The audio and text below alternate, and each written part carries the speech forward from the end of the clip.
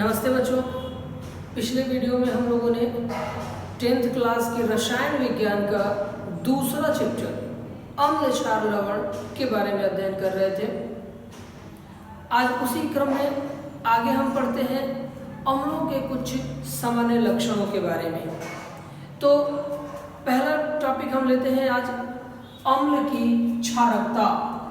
आज हम पहले बात करेंगे अम्ल की क्षारकता किसे कहते हैं। देखिए, अम्ल का मुख्य गुण होता है अपने विलयन में हाइड्रोजन आयन का त्याग करना, यानी H पॉजिटिव आयन देना। तो किसी अम्ल की क्षारकता अम्ल के एक अणु द्वारा विलयन में त्यागे गए हाइड्रोजन आयनों की संख्या के बराबर होती है। यानी जैसे HCl अपने विलयन में टूट जाता है H positive plus Cl negative में। यहाँ पर HCl ने एक हाइड्रोजन आयन दिया है, अतः हम कहेंगे HCl की क्षारकता बराबर 1 होगी। इसी तरह H2SO4 अपने विलयन में टूट जाता है 2H positive plus SO4 2 negative में। यहाँ H2SO4 सल्फ्यूरिक अम्ल ने 2 हाइड्रोजन आयन दिया, यानी कि सल्फ्यूरिक अम्ल के एक अणु से 2 हाइड्रोजन आयन प्राप्त होता है। इसलिए हम कह सकते हैं H2SO4 की क्षारकता बराबर 2 होगी। इसी तरह HNO3 नाइट्रिक एसिड अपने विलयन में टूट जाता है H positive plus NO3 negative में। नाइट्रिक एसिड का एक अणु हमें एक हाइड्रोजन आयन देता है, इसलिए HNO3 की क्षारकता बराबर होगी 1। यानी कि इसकी परिभाषा बन सकती है अम्ल की क्षारकता किसी अम्ल के एक अणु द्वारा अपने विलयन में त्यागे गए H पॉजिटिव आयनों की संख्या उस अम्ल की क्षारकता कहलाती है। उस अम्ल की क्षारकता कहलाती है। इसे स्मॉल n द्वारा प्रदर्शित किया जाता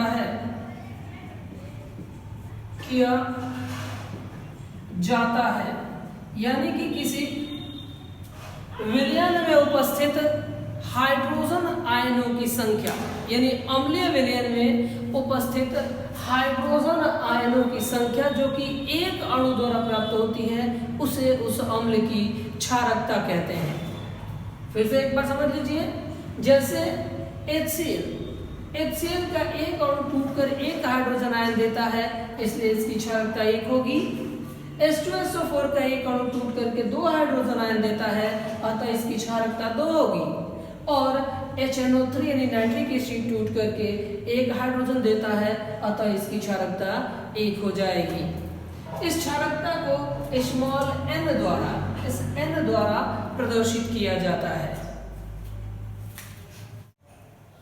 अम्लों की क्षारकता के बाद बच्चों हम अब बात करते हैं अम्लों के सामान्य लक्षण की, यानी कि सिंपल कैरेक्टर्स अम्ल के क्या क्या होते हैं। इनमें से सबसे पहला कैरेक्टर होता है अम्लों का कि अम्ल स्वाद में खट्टे होते हैं। कह सकते हैं यहाँ पर कि अम्ल स्वाद में खट्टे होते हैं। खट्टे होते हैं। ये सबसे पहला कैरेक्टर है कि अगर आप अम्लों को चखते हैं तो अम्लों का स्वाद आपको खट्टा लगेगा। हालांकि चखना नहीं चाहिए क्योंकि ये संक्षारक प्रकृति के भी होते हैं। जैसे आप उनको हाथ से टच करेंगे या मुंह जीभ पर रखेंगे तो आपकी जीभ में जलन शुरू हो जाएगी, अतः उसको चखना नहीं चाहिए। फिर भी ये इनका कैरेक्टर है कि अम्ल स्वाद में खट्टे होते हैं। दूसरा कैरेक्टर है अम्लों का कि अम्ल सक्रिय धातुओं से अभिक्रिया करके हाइड्रोजन आयन मुक्त करते हैं। अम्लों का कैरेक्टर जैसे सक्रिय धातुएं जैसे sodium, potassium, magnesium, calcium, iron, ये सभी के सभी कुछ सक्रिय धातुएं हैं। इन लिथियम भी होगा, बहुत सारे हैं। तो अम्लों का दूसरा कैरेक्टर होता है कि अम्ल सक्रिय धातुओं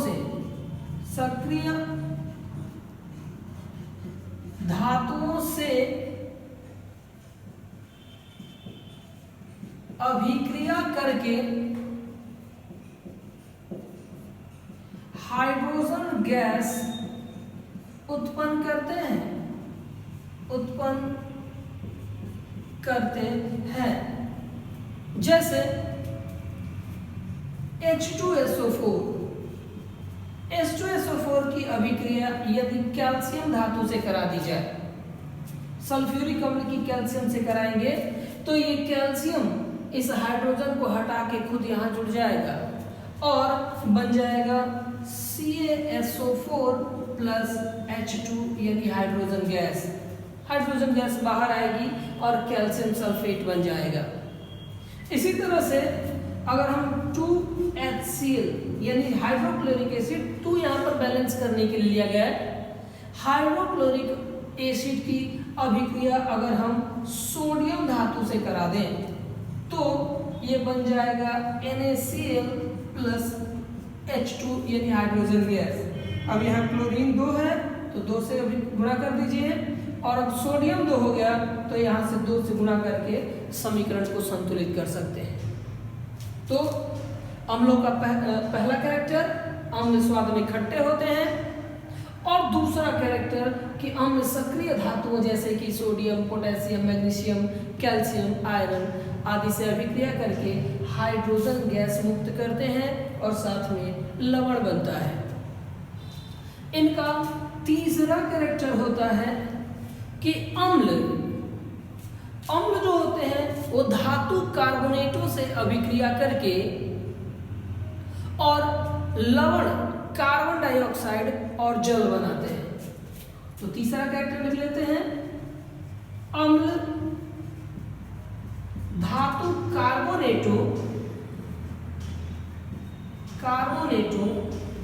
से अभिक्रिया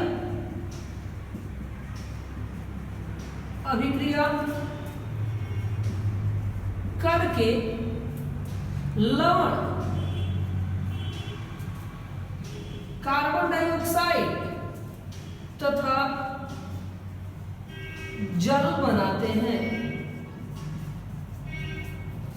इसका एग्जाम्पल ले सकते हैं, जैसे अम्ल, जैसे मान लीजिए H2SO4 सल्फ्यूरिक अम्ल की अभिक्रिया सोडियम कार्बोनेट Na2CO3 से करा दी गई तो यह सोडियम यहाँ सल्फेट के साथ जुड़ जाएगा और जुड़कर बना देगा Na2SO4 जो कि एक लवण है। इसका नाम सोडियम सल्फेट होगा और यहाँ से CO3 में से एक ऑक्सीजन निकल जाएगा तो बच जाएगा CO2 यानी कार्बन डाइऑक्साइड। यहाँ से निकला हुआ एक ऑक्सीजन और यहाँ से बचा हुआ 2 हाइड्रोजन, ये दोनों आपस में मिलेंगे और साथ में बन जाएगा जल H2। इस तरह से किसी भी अम्ल की किसी भी धातु कार्बोनेट से क्रिया कराओगे, जरूरी नहीं कि H2SO4 ही लिया जाए, आप इसकी जगह HCl ले सकते हैं या HNO3 ले सकते हैं। तो यहाँ पर लवण कार्बन डाइऑक्साइड और जल अवश्य बनेंगे अब लवण इस अम्ल और इस कार्बोनेट के आधार पर लवण बनेगा, परंतु कार्बन डाइऑक्साइड और जल हमेशा बनेंगे। इनका चौथा कैरेक्टर होता है अम्लों का कि अम्ल धातु ऑक्साइडों से क्रिया करके